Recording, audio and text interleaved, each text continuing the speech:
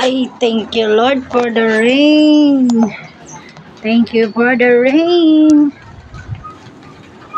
Salamat, nakaligtas din sila sa hangin ni Aghon. Yan guys, ang ating mga pananim.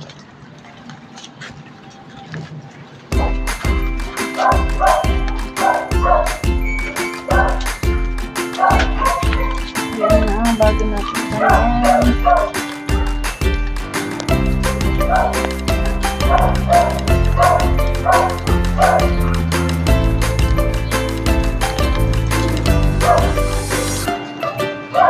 Umuulan na habang tayo ay nagbibideo. Sisilang for the go ng mga pananim na ito ang magsasalba sa amin sa kagutuman, lalo na sa mga panahon na walang-wala at lipid pa.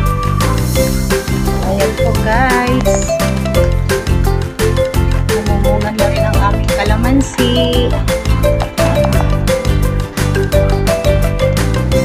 At dito lang yan sa taas ng aming bahay.